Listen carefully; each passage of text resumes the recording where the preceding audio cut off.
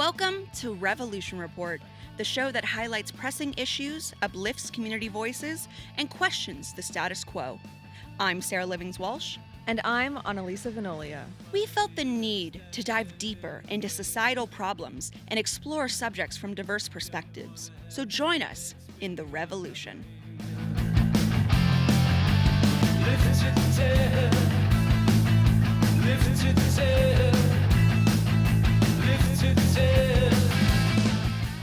In this episode of Revolution Report, we wanted to have a bit of fun in some dark times. We're going to discuss the relationship between Donald Trump and Elon Musk, from the way it blossomed to the way it fell apart. And we'll be doing some impressions, so you can look forward to that. Absolutely. Before we get into it, we just wanted to remind everyone to subscribe to our YouTube channel if you haven't already. We're a growing station and it would really, really help us out. Now, let's dive right in.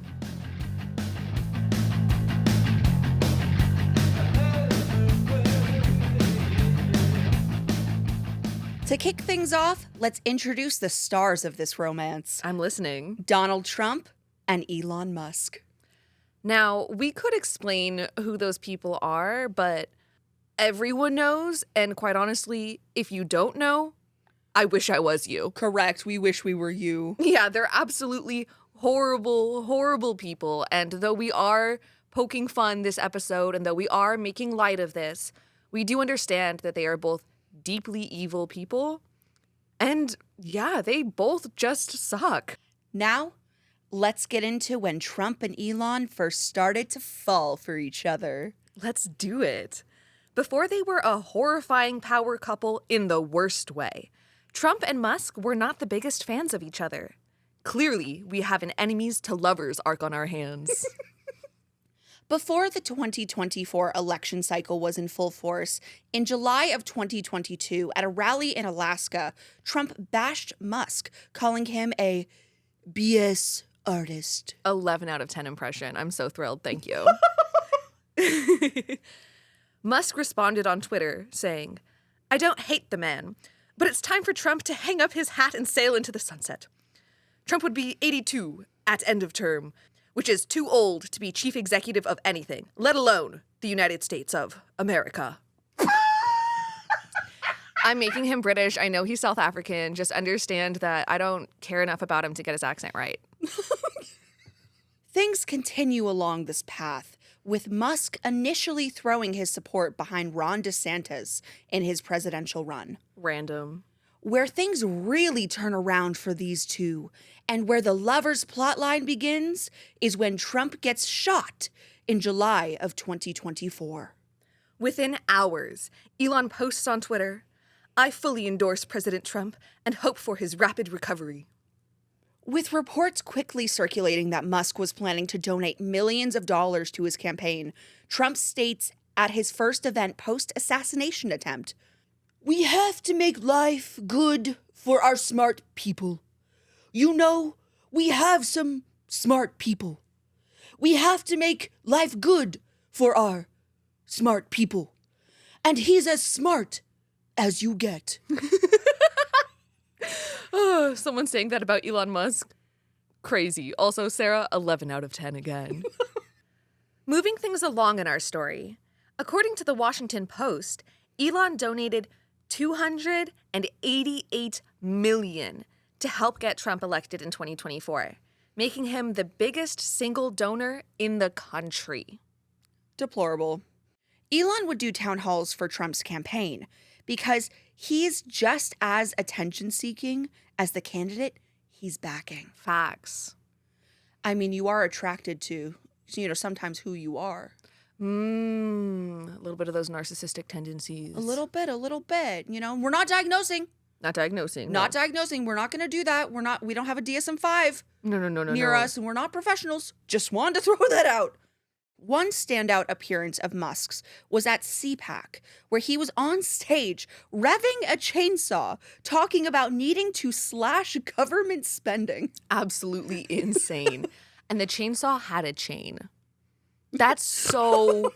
Why? Who are these people? Egomaniacs. Egomaniacs. Once Trump was in office, his and Musk's relationship reached new heights. The couple seemed inseparable, with Musk often present in the Oval Office. And as he would refer to himself, he was the shadow president. Oh, of course, yeah. So, of course, a shadow president would be in the Oval Office. Makes sense. Anyway, I digress. And of course, there's the Doge of it all. Doge, or the Department of Government Efficiency, named after Elon's meme crypto coin, was a department that caused havoc at all levels of federal government. They fired people left and right, slashing essential workers and then hiring them back, chaos seeming to follow wherever they went. They had unfettered access to formally secure and private parts of the government and were essentially allowed to do whatever they pleased. And Doge was headed by Musk, of course. But back to the main story, the relationship between Trump and Musk. Things went well for a moment, with Trump hosting a Tesla showroom on the White House lawn. God, I forgot about that. Yeah, it was actually incredibly embarrassing for our country. But cracks soon began to show, as they will when two egomaniacs get together. Trump announced his plans to drastically change and reduce the distribution of the H1B visas, which are visas issued to skilled foreign workers that allow them to live and work in the U.S.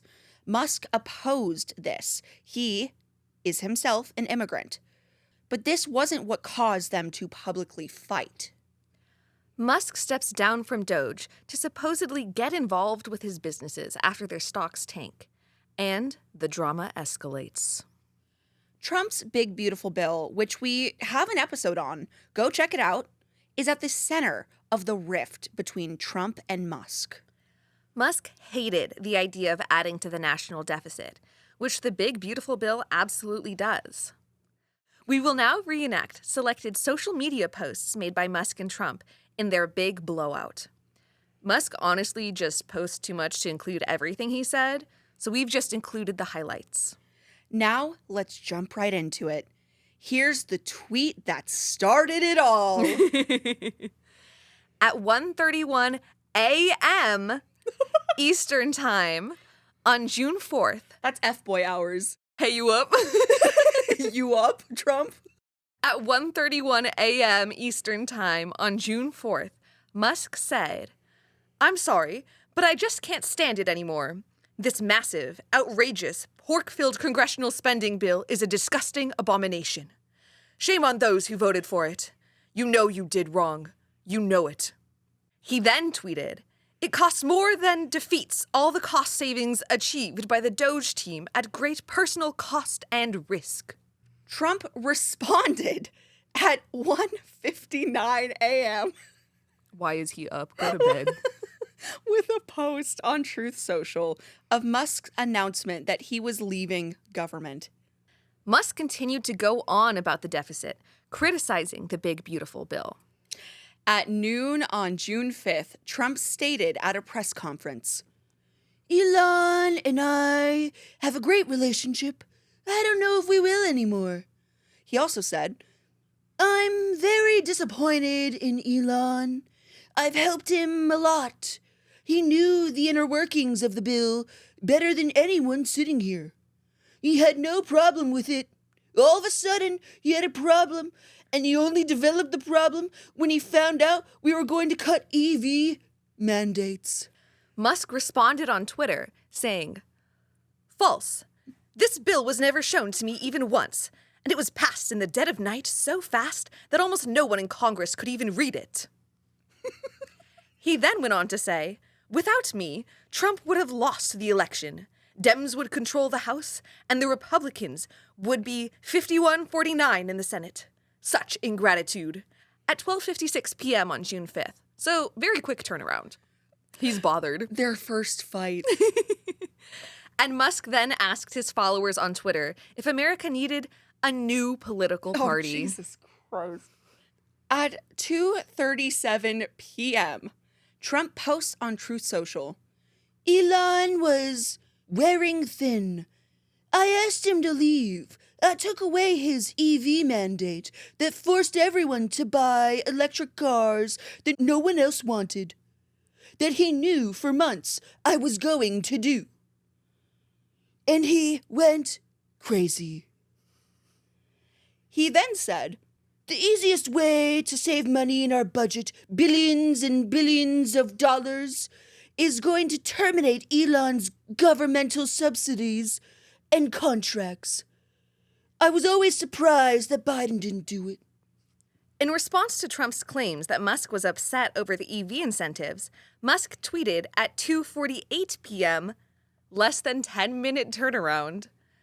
Such an obvious lie. So sad.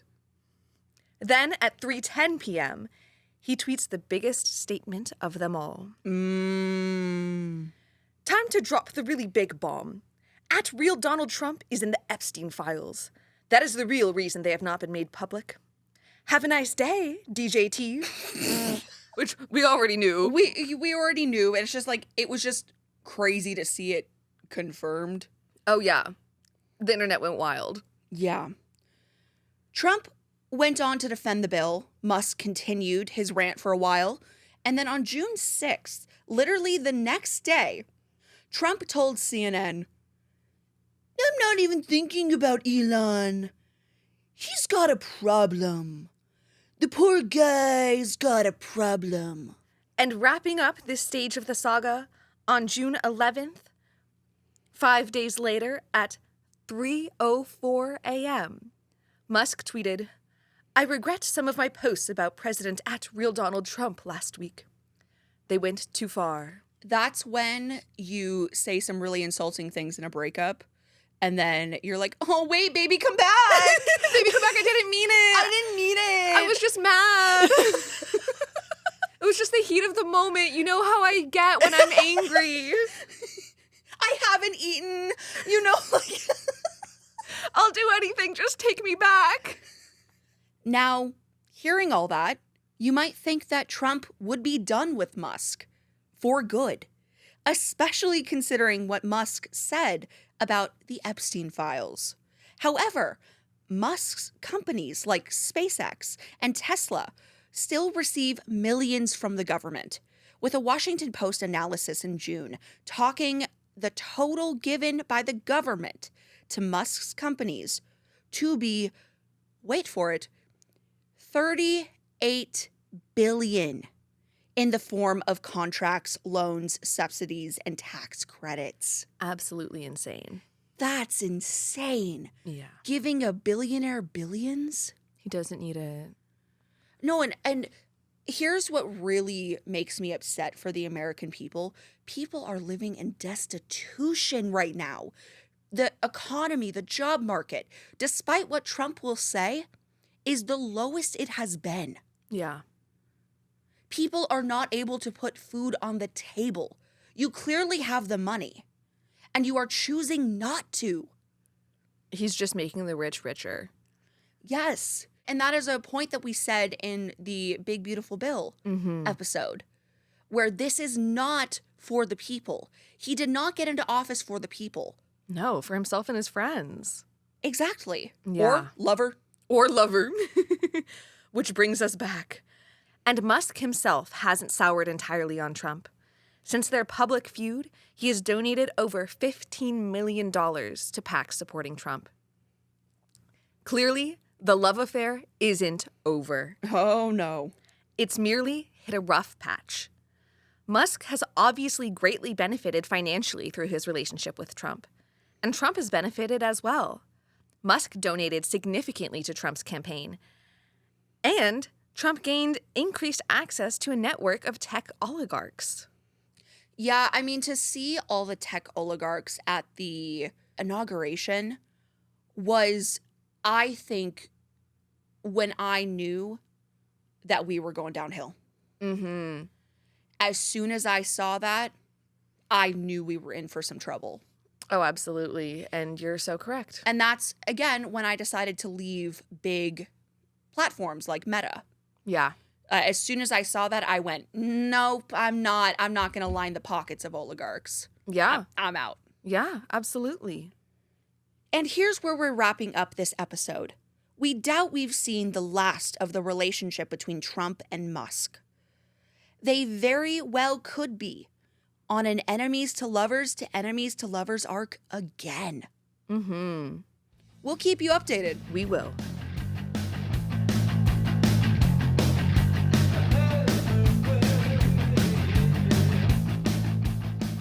And that's about it for this episode. We hope it was a fun time. Girl, it was a fun time, and I hope everyone at home listening had a fun time as well. Oh, yeah. And let us know if you'd like more episodes like this. Yeah, we had a great time making it. And so if you guys want it, we'll deliver. We'll deliver.